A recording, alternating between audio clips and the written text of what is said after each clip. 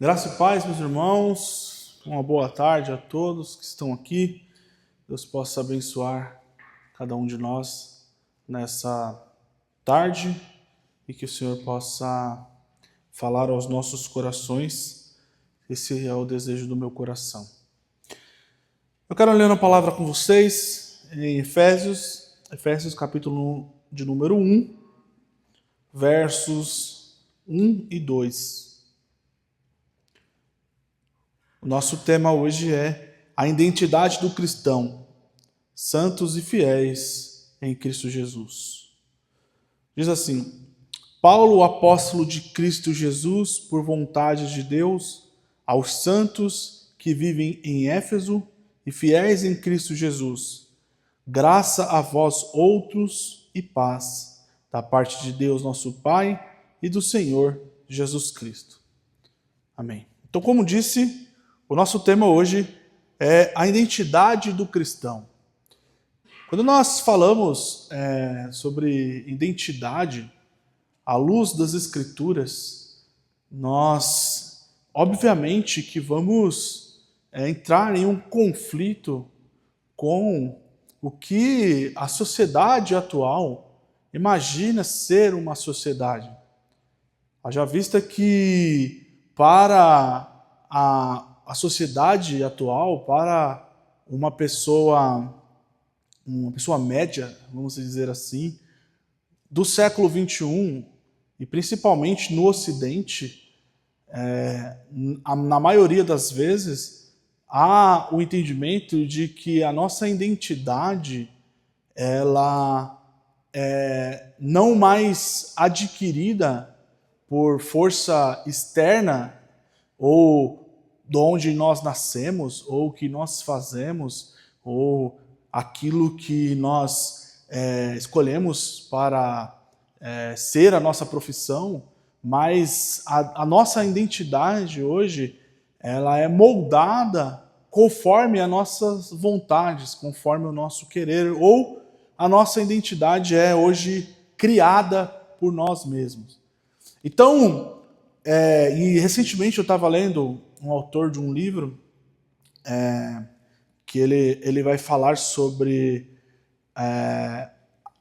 o triunfo do self moderno, né, do eu moderno, como as pessoas na modernidade se enxergam, e ele vai destacar uma coisa muito interessante. Se nós pudéssemos voltar no tempo, né, e há 50 anos atrás, e falássemos para uma pessoa, para o nosso tataravô, né, por exemplo, que existe pessoas hoje que se consideram um homem preso no corpo de uma mulher, ou uma mulher presa no corpo de um homem. Ele ia achar extremamente estranho, e para ele isso seria...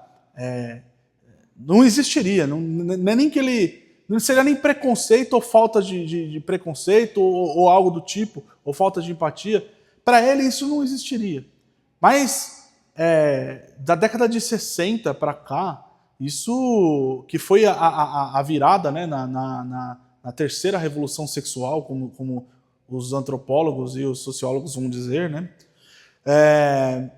Isso é comum. Então, hoje é comum que uma pessoa diga essa frase de forma bem tranquila, né? Eu sou uma mulher, ou um homem, uma mulher presa no corpo de um homem preso no corpo de uma mulher.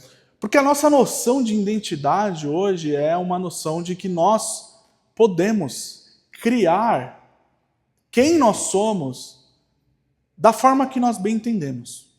Isso é uma característica da sociedade moderna. Haja vista que nós temos hoje uma sociedade que é recheada de crises existenciais. As pessoas já não sabem mais quem elas são, né? Todo dia surge uma classificação nova para definir as pessoas. Antigamente nós tínhamos gays ou héteros, né? Basicamente isso. Hoje você tem uma gama enorme. Se você não acerta o gênero daquela pessoa, né, a identidade com que aquela pessoa se identifica, é muito complicado, né? Acabar de você arrumar ali uma briga instantânea com essa pessoa só por não ter acertado a opção sexual dela.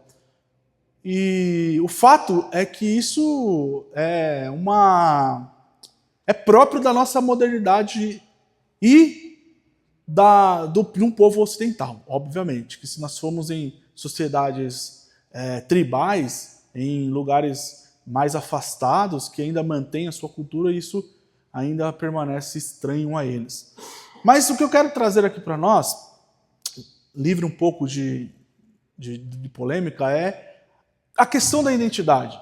Porque não só para a questão de gênero, a questão sexual, mas o fato é que isso é uma característica nossa, que nós podemos, né?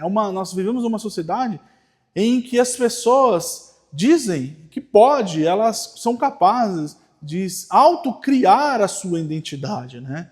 E só que o fato é que nós cristãos não somos assim. Este é o fato. Nós não somos assim. Para nós cristãos, nem tudo é relativo. As coisas, existe um caminho certo a ser seguido. Existe opinião errada. Existe coisas que são feias e coisas que são bonitas. Existe padrão. Por mais que desde o iluminismo nós tentamos quebrar totalmente a noção de absoluto, para o cristão existe absoluto. Então, quando a Bíblia vai se identificar os servos de Deus aqui na Terra, ela os identifica pela sua identidade, ou por quem eles são. É sobre isso que eu queria falar, como Paulo identificava os cristãos de Éfeso.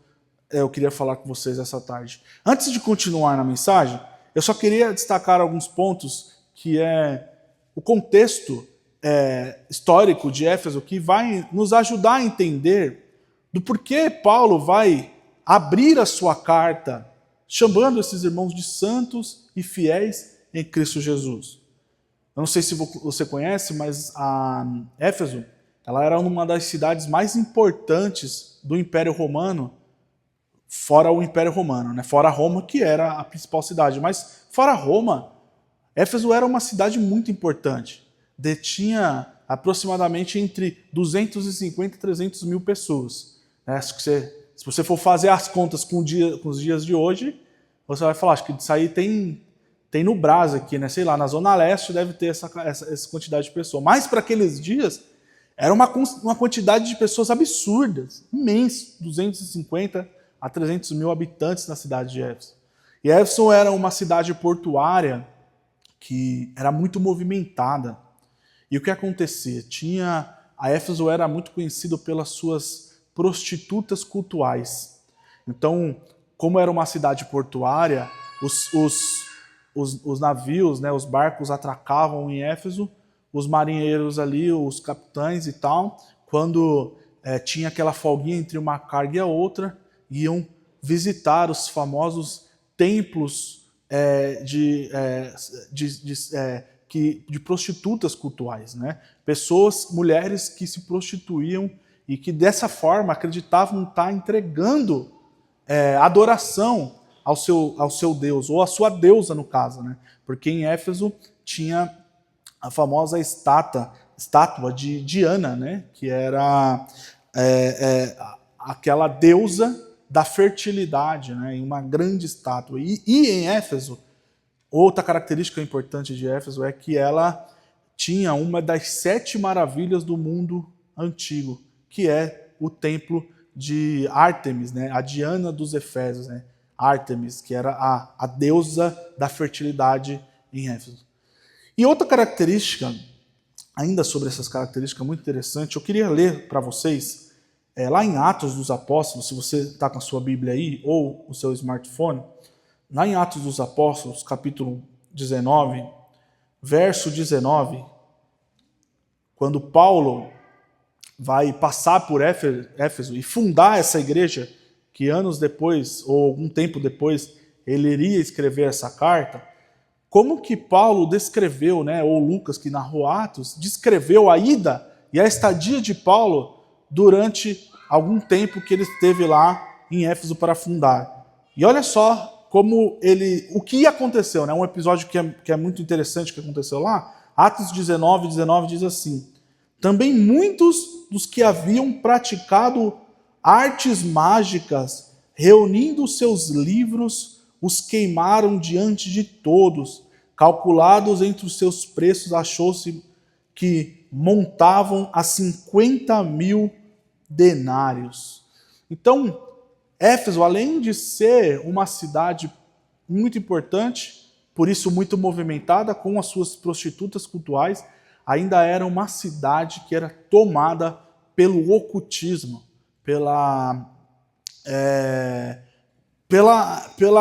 o paganismo, né? Magia, como nós acabamos de ver aqui, que depois de um avivamento que houve em Éfeso, os irmãos estavam, na ocasião já eram irmãos, né? Abandonando o paganismo, abandonando a magia e trazendo seus livros de magia, de encantamento à praça pública, se convertendo ao evangelho e queimando os seus livros, né? Queimando ali as suas artes mágicas, a sua magia que eles detinham ali. Então houve um grande avivamento. Mas o fato é que essa era a cidade que Paulo fundou, a igreja de Éfeso, e a mesma cidade da qual algum tempo depois ele vai escrever essas palavras aos santos e fiéis em Cristo Jesus que estão em Éfeso. É a essas pessoas que Paulo vai identificar dessa forma, os santos e fiéis em Cristo Jesus. Então, baseado com esse contexto em mente de como era essa cidade, como era Éfeso, e com o que nós falamos a respeito da questão da identidade, eu queria trazer algumas verdades que o texto bíblico nessa tarde fala aos nossos corações a respeito de como a Bíblia define os cristãos, de como a Bíblia nos define, de como a Bíblia e como as Escrituras Sagradas definem o que é um cristão de fato. E a primeira coisa que nós notamos é que, apesar de tudo que nós dissemos agora, Paulo vai chamar esses irmãos de santos. Paulo vai chamar esses irmãos de santos, porque é assim que a Bíblia nos denomina. A Bíblia nos chama a comunidade de cristãos, a comunidade de pessoas que se ajuntam em torno para ouvir a palavra de Deus, para cantar cânticos ao Senhor. É assim que ela denomina, os santos. Eu acho interessante que a gente até tem a gente até tem medo de falar disso, né? Um pouco hoje, porque quando a pessoa fala assim, te elogia muito, por exemplo, como a gente tem um jargão que fala assim, não, mas eu não sou santo não, hein? Não espera nada de mim que eu não sou santo não, eu não sou flor que se cheira, eu não sou santo não. Eu também tenho minhas falhas, meus defeitos. A gente até rejeita um pouco esse título, né? Título esse que a Bíblia nos denomina, santos. Então a gente tem até um pouco de receio, né? Eu não sou santo, né? Quando a gente fala assim, os santos em Cristo Jesus. Não, eu não sou santo. Só que é interessante que a Bíblia, principalmente no Antigo Testamento, vai usar essa palavra, né, hagios, que é santos, para denominar os israelitas, o povo do Antigo Testamento, ou o povo de Deus no Antigo Testamento. E como nós acreditamos, né, somos aliancistas, né, que é a doutrina dos pactos ou da aliança, nós acreditamos que a igreja é a Israel de Deus hoje. A igreja é a Israel de Deus. E por acreditarmos que a igreja é a Israel de Deus, esse termo, quando Paulo ou o Espírito Santo, no fim das contas, inspirando Paulo a escrever e chamar de sermão de santo, está se referindo ao mesmo povo, ou da mesma forma como Deus chamou o seu povo lá no Antigo Testamento.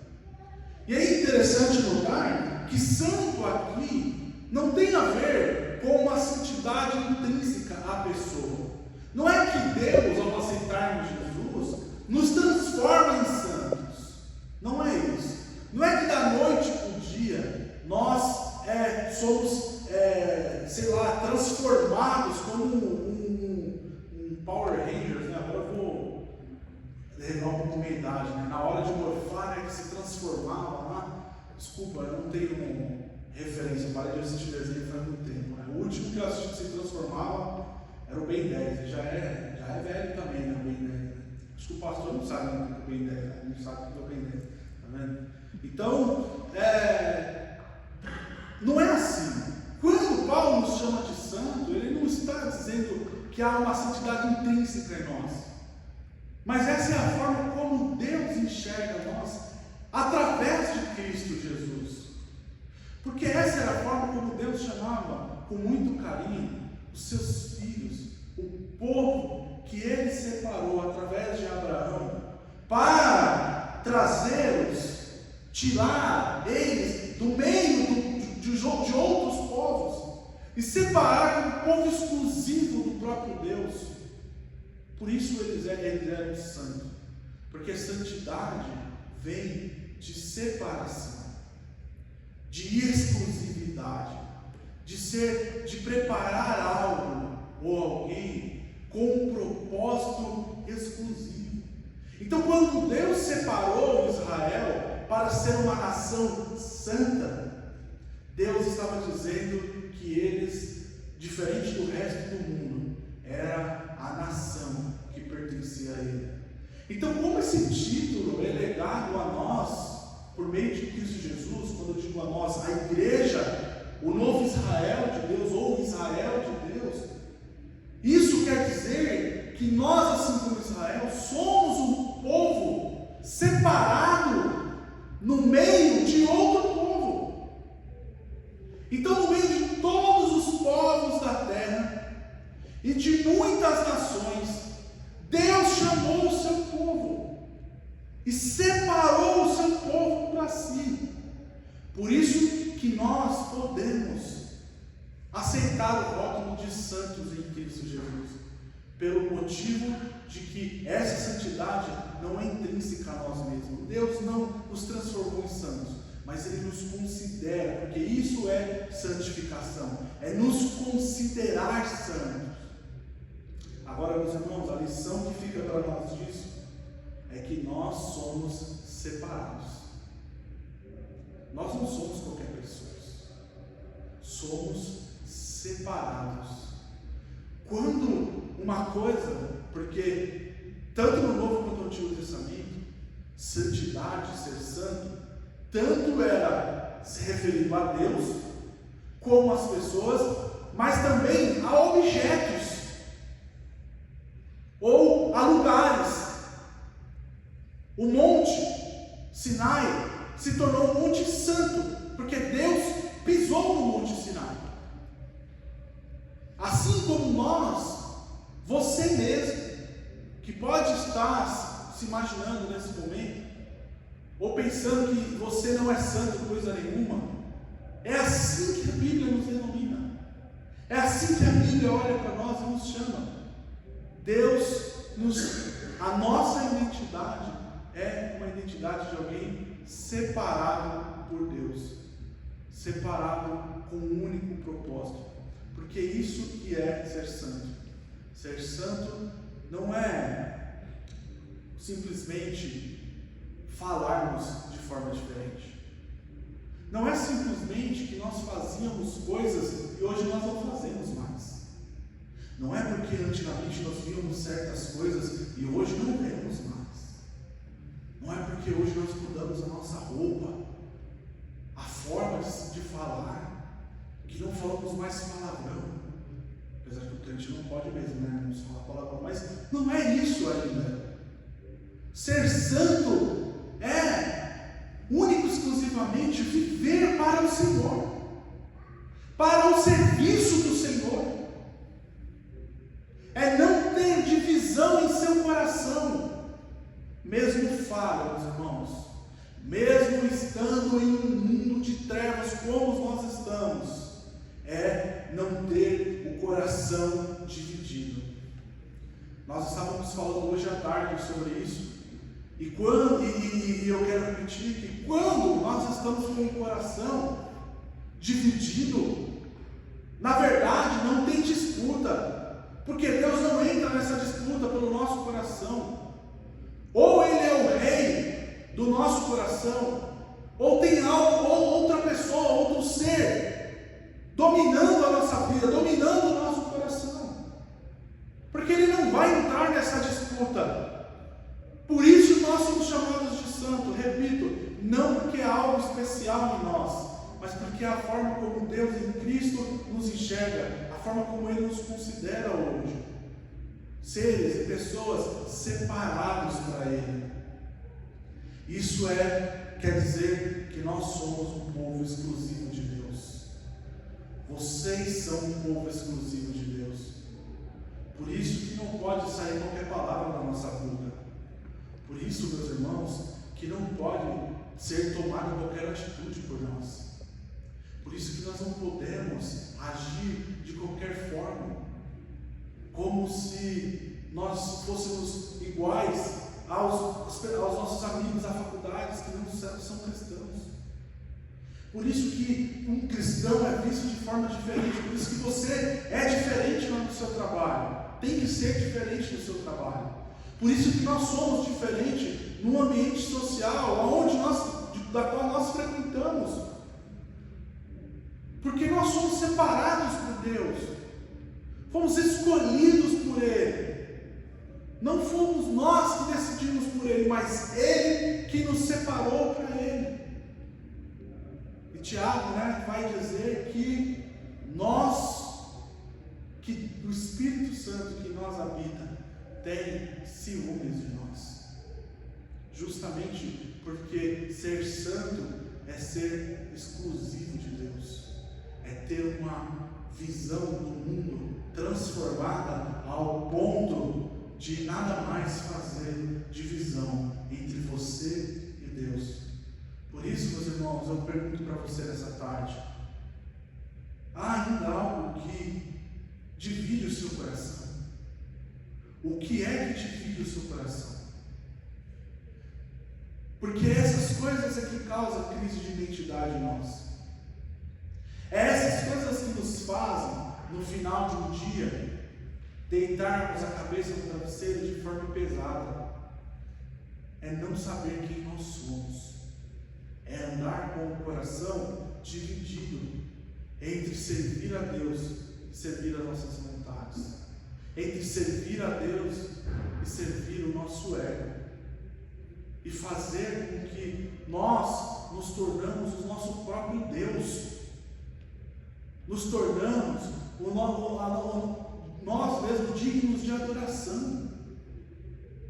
Há algo, examine o seu coração, há algo que ainda divide o seu coração, porque nós somos separados por Deus, somos separados para Ele.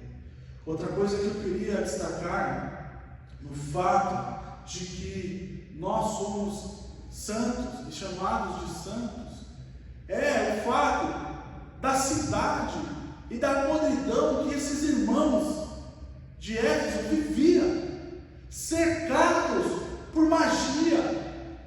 Se você for ler o relato de Atos 19, que é a chegada de Paulo em Éfeso, você vai ver que Paulo não encontrou ali lugar que não estivesse tomado, dominado pela idolatria, pelo paganismo. Uma cidade dominada pelo ocultismo. E mesmo assim, esses irmãos são identificados como santos. Por isso, não importa, não dá para a gente dar a desculpa de que a carne é fraca. Eu comentava esses dias com um amigo meu que depois que Jesus disse essas palavras aos discípulos, vigiai porque a carne é fraca. Todo mundo usa essa desculpa, de forma errada, mas todo mundo usa essa desculpa. Não dá para nós usarmos a desculpa de que o velho homem está agindo em nós, se nós somos um novo homem, uma nova pessoa, um novo ser em Cristo Jesus. Então você mesmo pode não se enxergar dessa forma, mas é a forma como a Bíblia te denomina, como santo, como separado para Ele. Então não dá para dar a desculpa de que nós estamos em um ambiente muito caótico, em um ambiente muito tentador, porque esses irmãos estavam no trono, onde havia o trono de Satanás estabelecido, aonde a magia, o ocultismo, o paganismo reinava, e o cristianismo era minoria, e mesmo assim eles são chamados de santos. Por isso não tem como nós darmos desculpas de que a carne foi fraca. Não, mas você não sabe, viver no Brasil é terrível, né? Eu tenho que fazer isso porque sabe como que é o Brasil, né? Não, meus irmãos, nós somos separados. Outra coisa, ainda sobre essa questão da santidade, tem uma autora que ela é uma antropóloga e trabalha com teologia também, a Mary Douglas. Ela investigou os ritos de purificação dos povos antigos, e entre eles ela vai trabalhar a questão de santidade em Israel. O que era santidade para um judeu? Então a pergunta, a tese dela, como que ela trabalhou a questão? Porque, por exemplo, o porco ele é um animal imundo para um judeu. Por que o porco ele não é um animal digno de ser comido? Você não pode tratar com o porco, chegar perto do porco. E diversas vezes a gente vai ver o porco sendo tratado de forma pejorativa, para um judeu. E ela vai investigar isso, e ela vai dizer que a noção de santidade e de santificação para um judeu é que aquele algo ou aquela pessoa deveria ser íntegro, capaz de cumprir o propósito para o qual ele foi estabelecido. Então é por isso que na visão de um judeu, não só o porco, mas vários outros animais, Se você vai olhar a Levíticos, que no Pentateuco em geral, que tem várias restrições alimentares, você vai ver que geralmente são animais que deveriam ter certas características por serem terrestres, por exemplo, e não têm essas certas características de animais terrestres. Ou tinha restrições de aves também, restrições de animais aquáticos também. Eram animais que, na visão de um judeu, eles não tinham, por serem animais próprios marinhos, eles não tinham características completas de um animal marinho. Um animal terrestre não tinha essas características completas de um animal terrestre. Então essa era a noção de santidade deles, ou a noção do que era ser santo, a completude, a integridade e cumprir plenamente o propósito para qual foi cumprido, qual foi estabelecido. Nós não podemos esquecer de que os escritores do Antigo Testamento, do Novo Testamento, eram judeus, e quando eles falavam de santidade, eles falavam com a mente judaica do que era santidade. Porque santidade ainda continua sendo, ser santo ainda continua sendo ser íntegro, ser completo. Cumprir o propósito para o qual nós fomos chamados. Qual é o fim principal do homem, diz o Catecismo de Westminster? Glorificar a Deus e viver para o seu deleite. Nós, quando escolhemos amar as nossas vontades, quando dividimos o nosso coração, não estamos sendo santos porque não somos íntegros e não cumprimos o propósito para o qual foi chamado. Porque nós fomos chamados para glorificar o Senhor.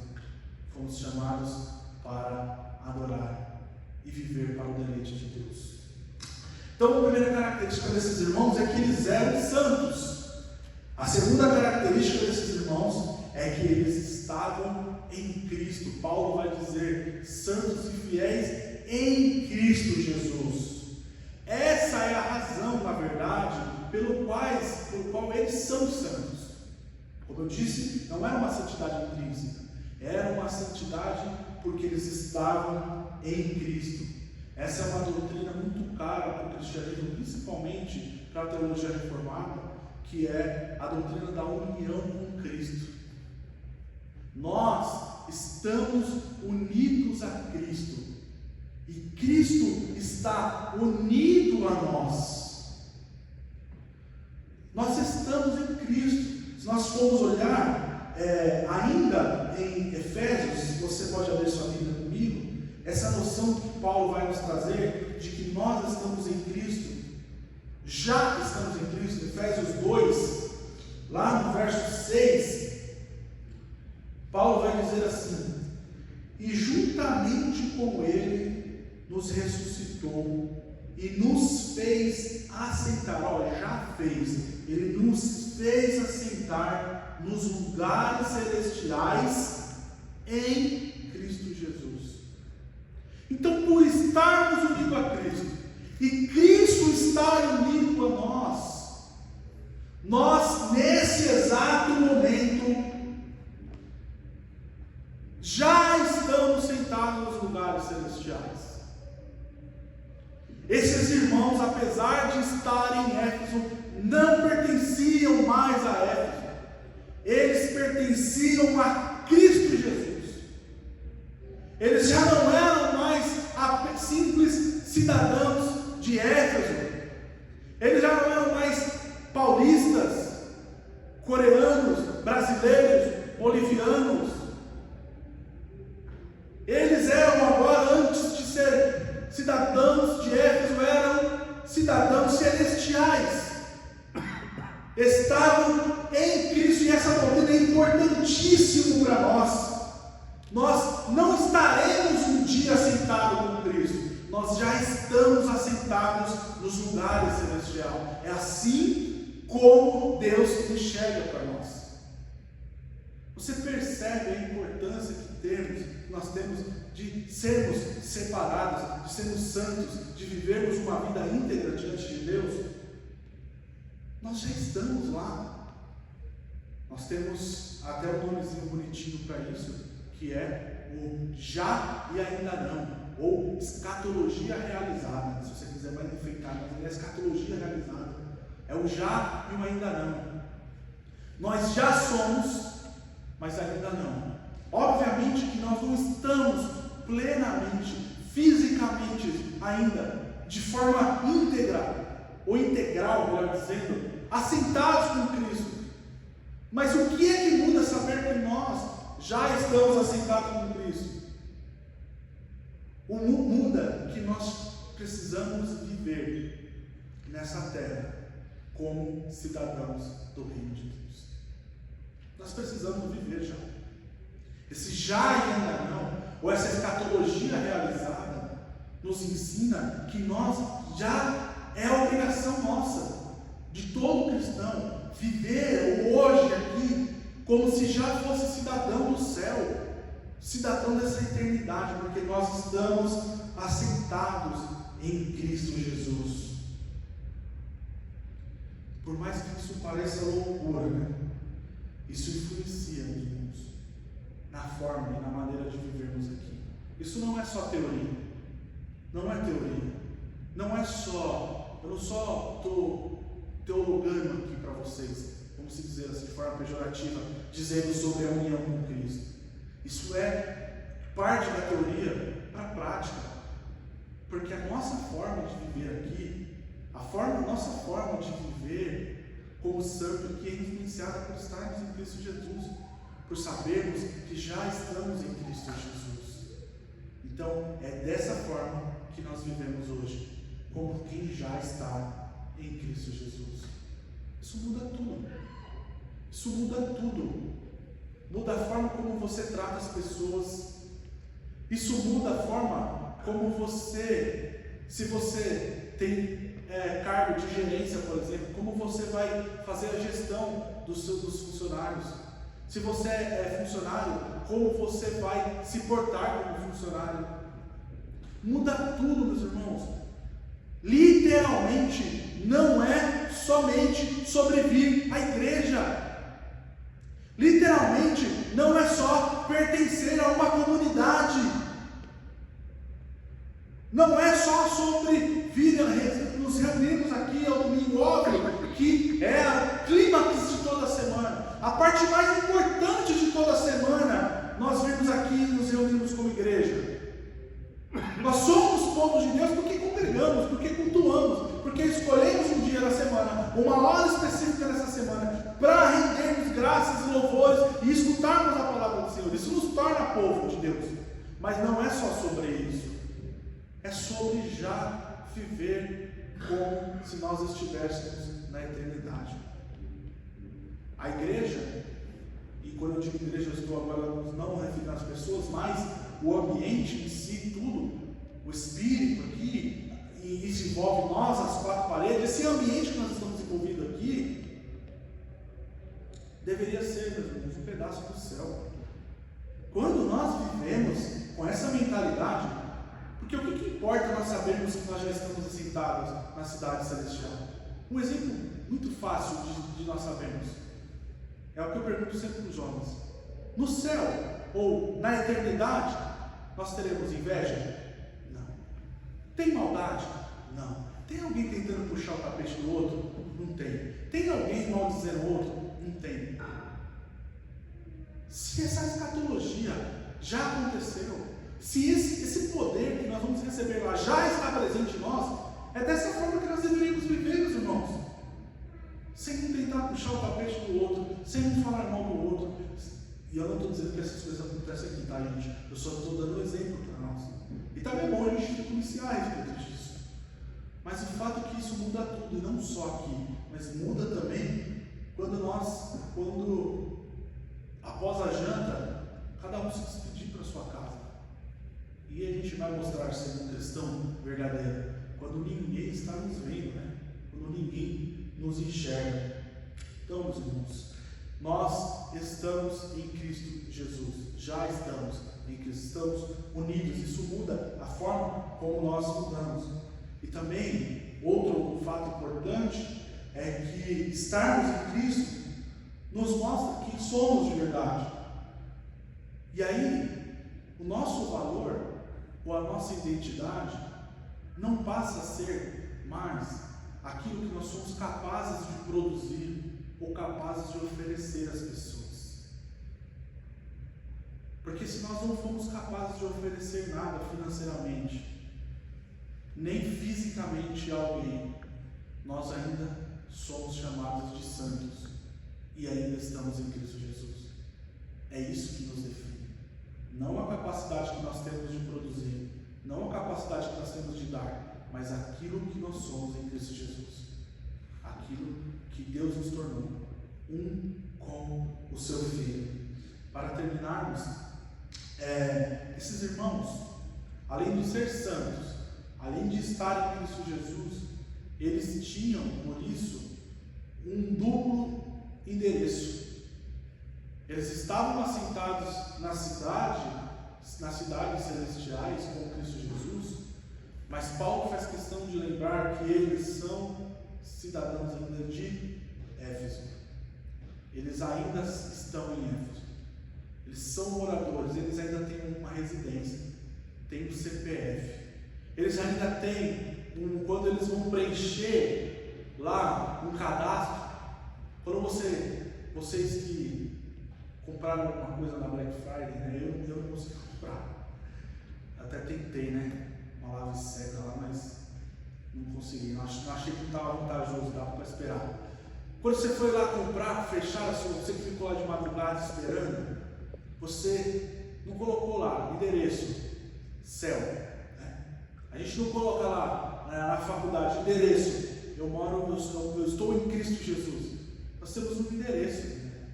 Nós temos um CEP, nós temos um CPF. Ainda somos pessoas que moram aqui, residimos nesse mundo. E Paulo faz questão de lembrar ele desse duplo lar que eles habitam. Ao passo que eles estão em Cristo, já estão em Cristo, isso não é uma fantasia, não é uma realidade, não é uma realidade, melhor dizendo, é também uma realidade. E essas coisas acontecem simultaneamente. Nós somos cidadãos daqui.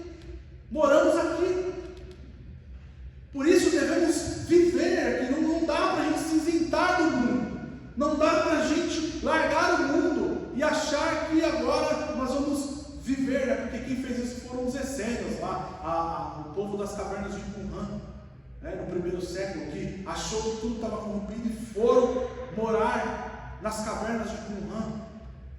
Não dá para a gente ser essa sociedade, os essênios. Nós estamos no mundo e precisamos viver. O fato é, meus irmãos, que nós vivemos em duas cidades. A cidade, moramos na cidade do céu e ainda moramos na cidade terrena, na cidade de cima e na cidade de baixo, para replicar aqui Santo Agostinho. Mas qual que é, para nós terminarmos aqui, qual que é de fato, como diria, né, o pulo do gato, ou qual que é o que fica para nós no ensinamento hoje? A cidade de cima deve governar a cidade de baixo. Ser um cidadão do céu governa ser um cidadão terreno. Quando nós nos convertemos a Cristo, ao passo que a gente vai, nós vamos crescendo em maturidade. Nós precisamos avançar na nossa maturidade cristã e na nossa cosmovisão. A nossa cosmovisão, a nossa visão de mundo precisa ser transformada por essa cidade de cima. Então tudo que a gente vai fazer aqui, todas as nossas atitudes, precisa ser mediado por sermos um cidadão do céu, por sermos um cidadão lá de cima. Mas ainda estamos aqui. Então por isso, para quem vai fazer a segunda fase da FUVEST, se dedique. Se dedique. Passe nas melhores faculdades. Você que já está estudando, leve a sério essa oportunidade que Deus te deu. Seja uma pessoa bem de vida. Seja uma pessoa bem de vida. Alguns acham que Deus está somente no sofrimento. Alguns acham que Deus está somente quando nós vamos para uma missão e tudo dá errado, né? Tudo dá errado. Falta falar que o avião caiu, sobreviveu, só o povo que estava indo para a missão. Nós ficamos lá durante vários dias. Só dá certo, Deus só está operando se nós formos para uma viagem missionária e esquecer as roupas aqui, né? Extraviar as malas e a gente ficar lá os 12 dias só com a roupa do corpo. Aí a gente fala, nossa, mas se nós formos lá ou você servir de vida, parece que é até errado, né? Para algumas missões. Não é. E o outro extremo também não, né? Porque tem o outro extremo da teologia da prosperidade que vai dizer que nós só somos, Deus só está com a gente se nós formos bem de vida, se a gente for rico e abastado, que é um erro também. Nem nenhum nem outro. O importante é estarmos em Cristo Jesus, meus irmãos. Então, por nós estarmos nessa terra, estude, procure subir de cargo lá, procure ser uma pessoa que não dá calote no seu serviço, que não rouba tempo, não mata tempo do seu patrão. Procure ser uma pessoa, um exemplo de funcionário lá, porque a cidade de cima rege a cidade de baixo. Mas nós não podemos esquecer, irmãos, não tem nada que nos prenda aqui, não tem nada que seja tão interessante, tão confortável, ao ponto de nos prender aqui e nós ficarmos com anseio de encontrarmos Cristo, porque nós não somos completos. Nós não somos completos. Nós ainda seremos completos. Um dia, fisicamente, nós estaremos sentados com Cristo. Nós ansiamos por isso. Nós, os cidadãos deste reino, desta terra, ansiamos por um dia nos encontrarmos com Cristo. Mas enquanto ainda não chega esse dia, nós vamos mostrando para as pessoas que ainda não conhecem o quão bom é ser cristão, o quão maravilhoso é servir a Cristo, mesmo em Éfeso, uma cidade tão horrível, ou mesmo numa situação tão terrível, na qual nós podemos enfrentar nessa terra. Com sua cabeça neste momento. Obrigado, Senhor. Nós te louvamos e agradecemos ao Senhor por tua graça, por teu amor, por nos chamar de santo, mesmo nós não sendo sendo pessoas tão falhas e errantes diante de Ti, o Senhor nos considerar como santos. Nós louvamos a Ti, pedimos que o Senhor nos ajude, Pai, com nossa pouca força, para glorificar a Ti. Em nome do Senhor Jesus Cristo, Pai.